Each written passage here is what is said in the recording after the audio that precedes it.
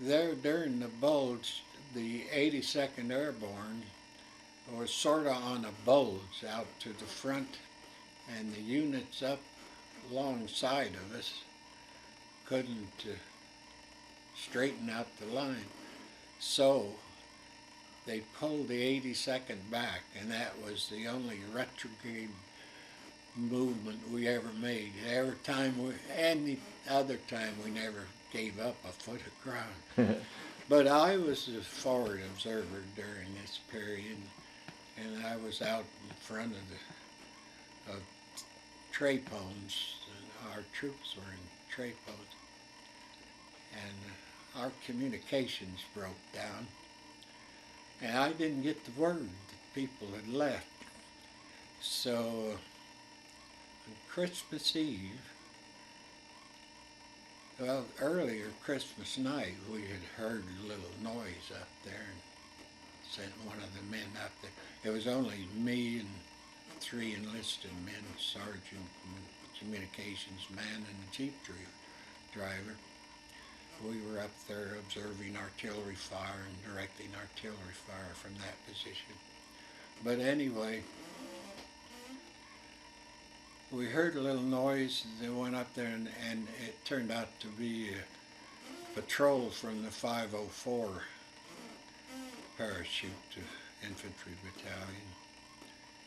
So we didn't think nothing of it. And later on, all of a sudden, we got small arms fire in our position, and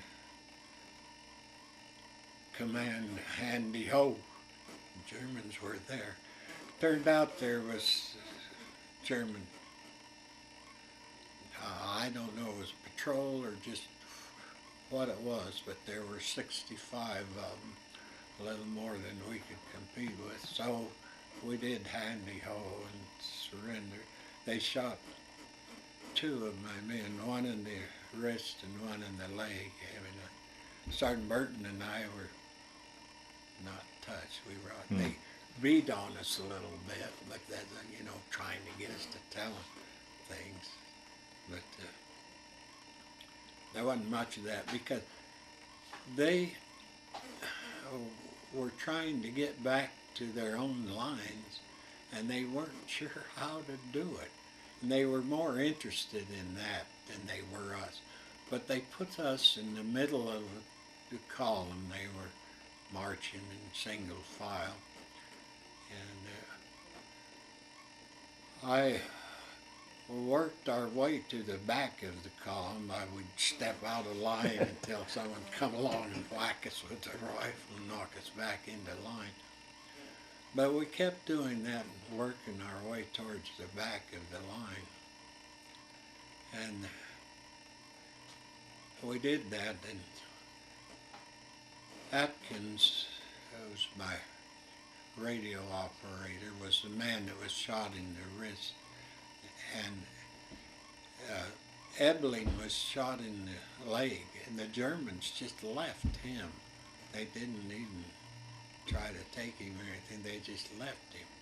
And fortunately, he got back to the Jeep and drove back into a German house there and got evacuated to our forces and so forth. But that was, Atkins didn't, I decided that, we'd come up with this plan to escape, that I would act like I had my leg caught in a limb or something, and form a gap. And we have to run the gap. Now I did that, not on purpose, but I saw we were forming this gap. So Sergeant Burton, I said, we're taking off.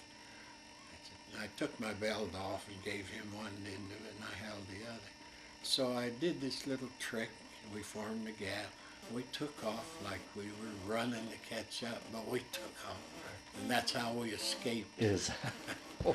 And so we got back to our unit, and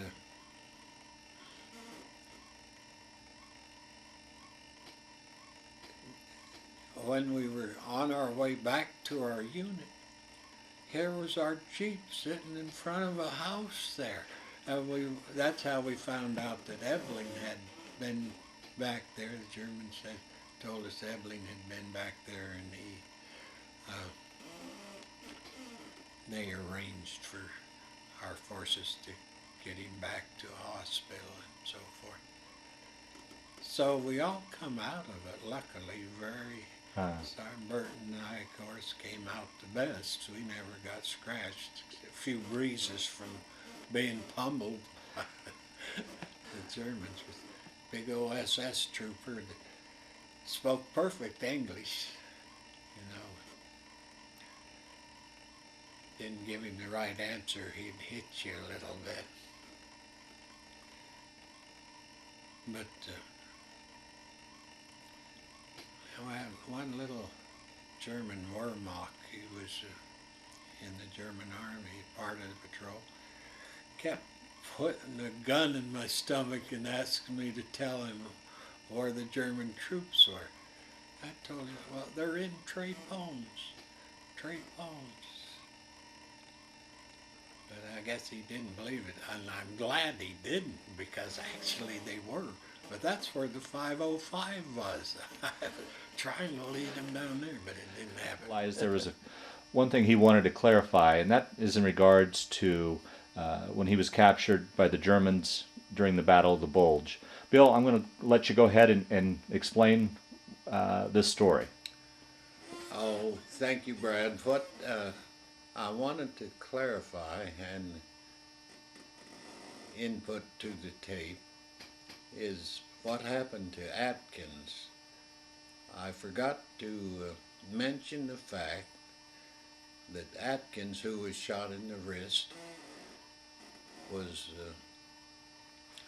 later retaken by our forces, and they found him in the basement of the house, and unfortunately his feet was frozen and he had to be evacuated, so he never returned to the unit, but at least we know that he was not put into a German POW compound or anything. So all of us that were captured came out of it okay. It seems that Sergeant Burton and myself made out the best.